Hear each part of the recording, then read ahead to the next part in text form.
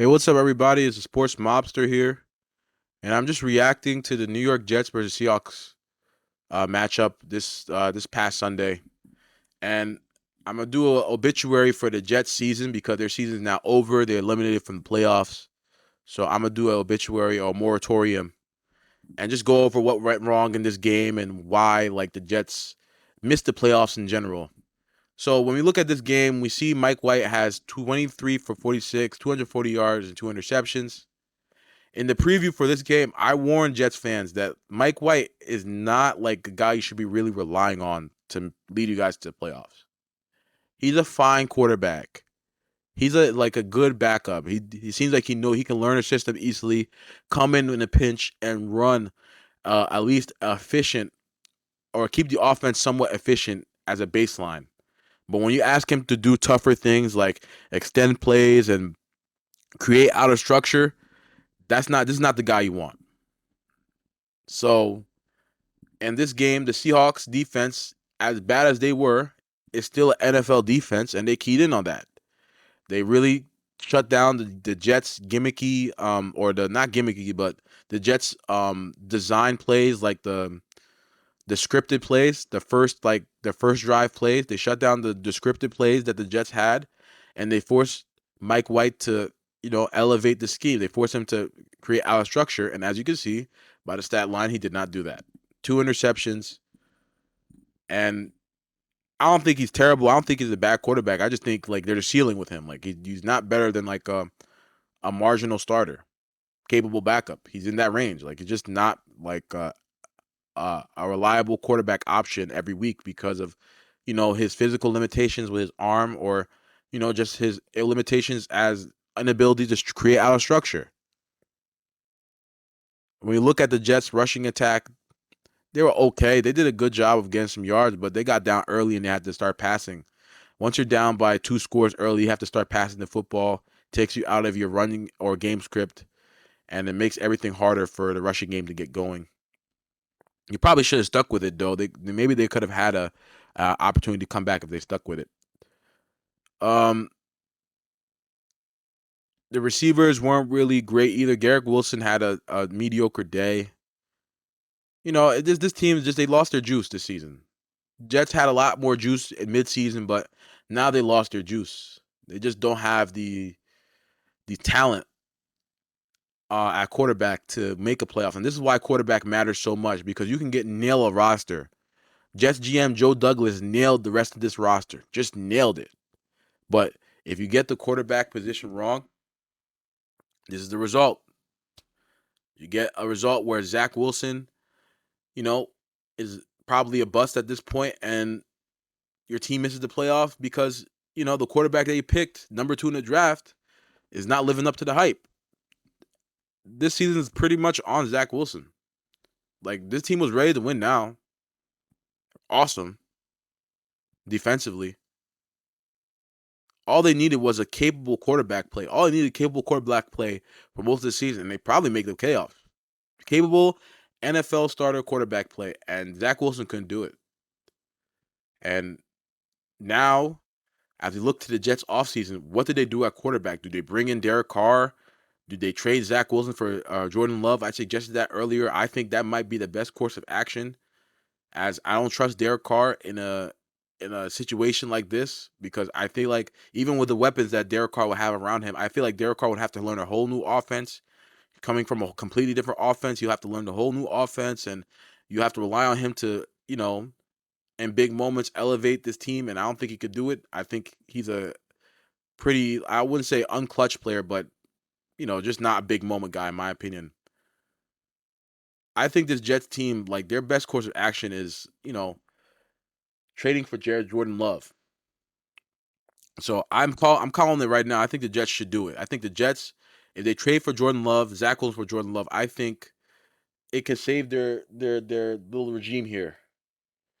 Jordan Love is a talented prospect, and he was a talented prospect coming out of Utah State.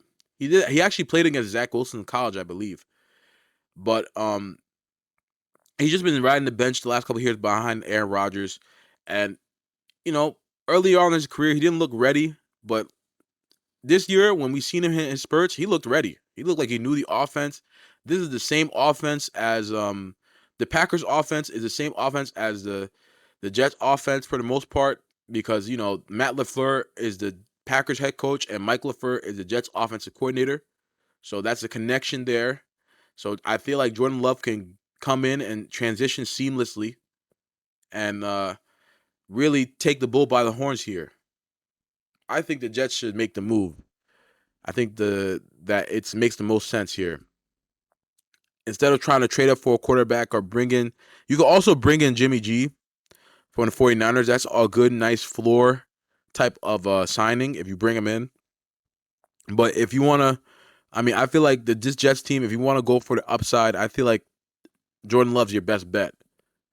He's pretty much a blank canvas. He hasn't really played a lot of time in the NFL. Like, he's pretty much a damn near rookie if he comes in. Well, not rookie, but like a rookie that took a couple redshirt years. Let's say that. So he's a blank canvas. You know, he hasn't made any crazy mistakes yet. He can win over the fan base. I feel like it will be good for the Jets if they did it. On the Seahawks side, look at stats. Geno Smith was efficient once again this game. Looked like the clock turned back a little bit to midseason with Geno Smith this game. He looked really good, efficient, got the ball out to his guys. Kenneth Walker dominated. Kenneth Walker III, he dominated 23 carries, 133 yards, 5.8 yards per carry. DJ Dallas did his thing. So Seahawks look like their offense. This look like the old Seahawks offense of midseason because the last couple of weeks they've been on a slump, been struggling. Everybody in the whole team have been struggling. It looked like just like the NFL kind of caught up to what they were doing schematically, and because of that, the whole scheme and everybody was suffering. But it looked like this game to turn back the clock. It's good to see it because Seahawks are still trying to make the playoffs here. I don't think they do make it because I think the Packers will eliminate them next week versus the Lions. But, it's nice to see that the Seahawks can get an 8-win season. After the trading Russell Wilson away, to have now a top 5 pick and you have an 8-win season, like the sky's only the limit. I think Geno should come back for Seattle. I think he did a great job.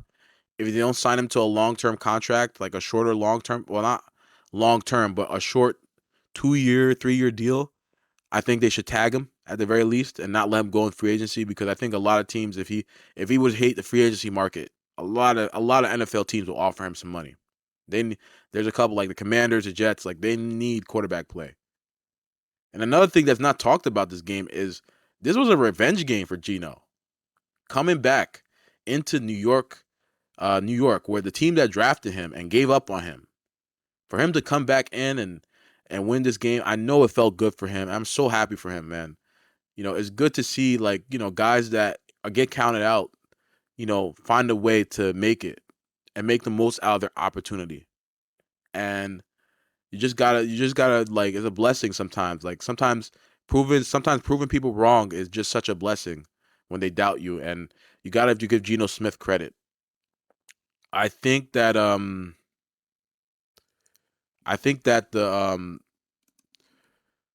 Seahawks here they're really good, but I think that their ceiling is like, a mediocre-ish team. Their defense is still really bad. Their offense is really good though. And that's really my takeaways from this game. Once again, I think the Jets should consider making a trade this offseason for Jordan Love. I think they should trade for him. I think it makes the most sense. Instead of paying a Derek Carr and paying um, um, Jimmy G, which I think Jimmy G would be fine, but I don't think it moves the needle a crazy amount. I think they should go for the upside and trade for Jordan Love.